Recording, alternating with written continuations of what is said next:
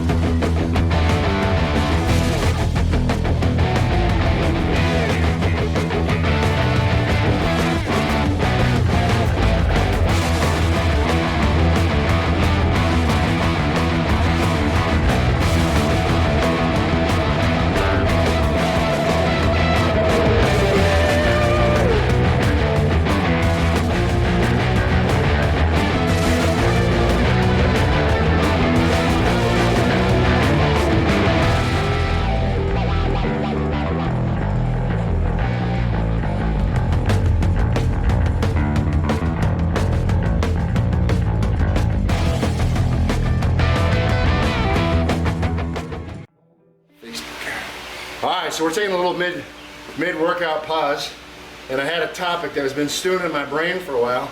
I haven't said anything about it up to this point because I'm going to be a little honest. No, I'm going to be very honest. A little embarrassing to be a topic of discussion on the internets. However, I can't be the only one that experiences this, and I gotta know. So I got Tim here. Tim doesn't know what I'm about to talk about, so he's looking at me with, like, nervous. What the fuck are you about to say? But I'm just wondering. About to go on the internet. So I don't know about you guys, but I know that when I get into sets like this, where I'm dealing with like 12s and shit like that, I'm really pushing myself. Frequently, after I get done with a set, I gotta go take a shit, right? So I want to know if I'm like the only one that experiences this, that deep and fucking intrinsic need to go poop immediately after squatting. And then, moreover, the thing that was really like on my mind is those poops for me are like the weirdest poops, right? Because it seems to just like jar loose like the deepest, most like entrenched bowel tar ever. And it's like a 300 cheater, you know what I mean? Like, you know what I mean? It's like, it's not like a quick like 1 or 2 wipes and you're done. We're talking like half the fucking roll, right? It's like meconium. If any of you have had a newborn baby, right? It's like just tar. So I don't know, I'm wondering, like, does that happen to you? It does, but it's a combination between when I take pre-workout and then I start moving.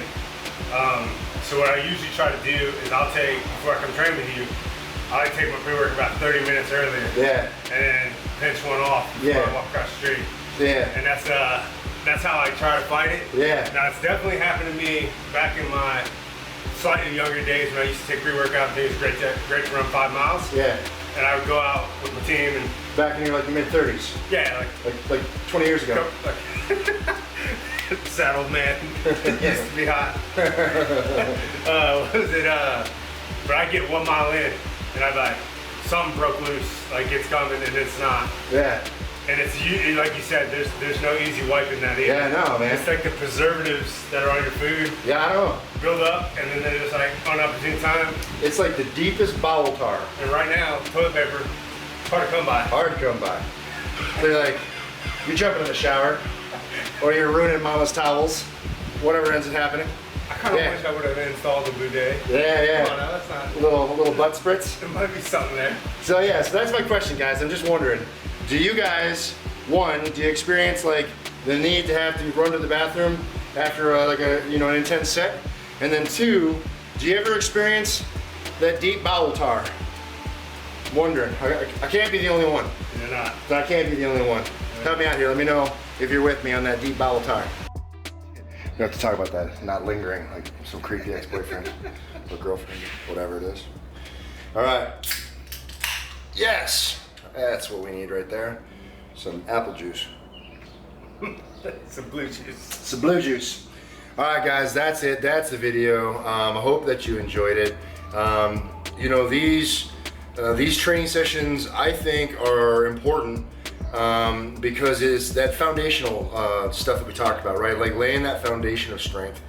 And so it's kind of important because, with Tim, Tim was working with, we said, 235 today, right? Yeah. 235. So dealing with 235 for, 240. Dealing with 240 for his working weight, right? And so his first set, he gets set, he does this deal, he starts banging out reps, and he got done with it, or actually even before, he was like, I think you did like 1 rep to begin with. Yeah. So my story's a little screwy here because I have like temporal displacement. It's hard for me to put things in timelines. However, Nothing to do with blue juice. yeah, nothing to do with the blue juice. At any rate, the point is that he originally he unloaded that weight or unracked that weight and moved it around. It was like, it feels a little light. Feels like I should go heavier. All right, so there's a couple of things, a couple of facets to that mentality that I want to touch on real fast. The first is that it's really important to have that baseline, right? And so of course when you're holding something like a 60% range, it's not really going to feel that intense, and that's okay. That's the point. Is the weight at unracking and holding that weight, it shouldn't feel like you're holding up the earth or whatever. However, once you get on the back side of like 4 or 5 sets of 12 repetitions with that weight, you're gonna feel a little different. And so like to initially say, hey, well, this doesn't feel like it's that intense, wait for it, right? So that's having the wherewithal to kind of let the program be what the program is supposed to be. And so very often I see lifters wanting to kind of rush above and beyond what the parameters of the program are because they're like, well, I can handle more. Yes, you can, but that's not the point. So I want you guys to remember that at home. Like, yeah, absolutely. You could charge on boldly in front of the program, and yeah, but long-term sustainability, it's not a good model, right? And the programs, if they're well constructed, well thought out, are intended to be a progression for a reason. And so you have to let that overload come as it comes. That's kind of the big point that I want to make with talking about that, right? Because how you feel initially, like, this ain't shit. Weight belt today. Yeah, this ain't shit. It may not be how you feel at the end of it. Because I'll tell you, you know, when I unrack, you know, 415, like it does not feel like heaven and earth, right? But after about 12 reps, you know, a couple sets in, reality starts setting in and it's not that fun. All right, two other pieces I want to talk about real fast is, first and foremost, real quick, we talked about trying a new pre-workout. So zoom in a little bit here to the Woke AF. I'm not entirely sure what the AF stands for. But anyway, trying this one out. This is the grape flavor. So far, I really enjoyed the grape flavor. I thought it was delicious. The flavor itself wasn't overbearing. A lot of times I can be pretty sensitive to how stuff like this is flavored, in terms of just kind of like not enjoying it and feeling kind of grossed out. So the flavor was pretty good. I took this one kind of straight to the dome out of the scoop, and then chased it down with water. Not because I think that that's super hardcore, but because if I mix it up, you know, the way that it's really intended to be, and then try to drink it down, I just have a really hard time like sucking down, you know, the 8 or the 12 ounces or whatever it is. Like it becomes like tedious to me and I don't like it. So if I could just take the quick shot, a little drink of water, swish it around my mouth, and then sip on some water on the backside of it, still getting the same effect by having the water in my system, but not like overloading myself with too much to drink right up front. So that's how I did this. I really enjoyed this. It didn't put me over the edge in terms of just feeling jittery and sick, but then felt like I had go to kind of get through the workout, which is kind of a vast change from yesterday, right? Yeah. Yesterday sucked. And then you tried it too. We gave you a scoop. You thought it was pretty good, right? I did. It wasn't over nice-y, but I still got the tingle, still got the drive, and it kind of wore off at the end of the workout, so it wasn't lingering around in my system, keeping my heart rate up. He was talking about that niacin flush that you get. So it wasn't too intense with that, like any kind of niacin flush where you're getting hot, you know, red skin or whatever. That can happen with with pre-workout. So I want to make sure I qualify what he said, just so you guys are tracking it. But yeah, same thing. I felt, you know, good amount of energy, not a lot of discomfort. It's good. All right, so then got through our working sets. I was able to hit all of my working reps today, which was great. I did chop up my last set into 3 sets of 4. So instead of one set of 12, I went 4, racked it 4, racked it 4. So I did 3 sets of 4s. And then, so anyway, got all my working reps in, which is good.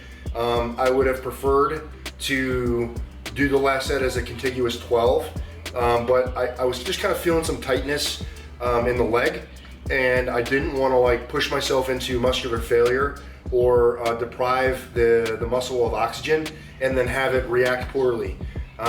So by breaking it up into some smaller sets, allows the blood flow and things like that, gives me a bit of a break, lets me catch my breath, kind of reoxygenate a little bit, and it just made me feel more comfortable to get through the reps, which, if for nothing else, may be the only reason to have done it, right? It allowed me to feel comfortable enough to get the reps in, and at the end of the day, all my reps were complete, so that's cool. Then the last point to make was the belt thing. So this, I know that this video is kind of going to go long, especially in the talking points, especially with this close. But this piece I feel is kind of like really important. Actually, you know what? I'm going to make a whole separate video for this. Okay. We're gonna close this one down, kick the camera on again. We're gonna do a separate video for close, so you guys see me thinking on the fly. This is what happens when you don't storyboard anything. Okay, closing it down. Thanks for watching the video, guys. If you have any questions, comments, or concerns, drop in the chat box below. I'll be sure to respond. I appreciate you guys' continuous support with the channel, all the views, the likes, the shares, the subs. It means a lot, guys. You're really helping me grow the channel, and by growing the channel, we can do more and more things. Soon, I hope to be able to reach out and start traveling and meeting with other people. So if that's the kind of stuff that you'd like to see, some collaborations and things like that, me being able to travel, and you haven't subbed, join the channel, help me out. Let's make the channel even bigger and better, and we can do even cooler things. Yeah, that's it, guys.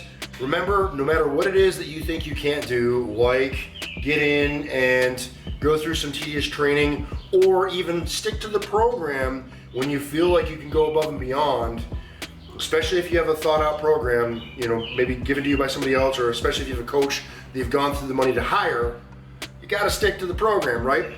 Remember, guys, train despite. You're either going to find an excuse or you're going to find a way. And I hope that you guys continue to find the way. Thanks for watching. See you in the next one. Peace. Peace. Cool.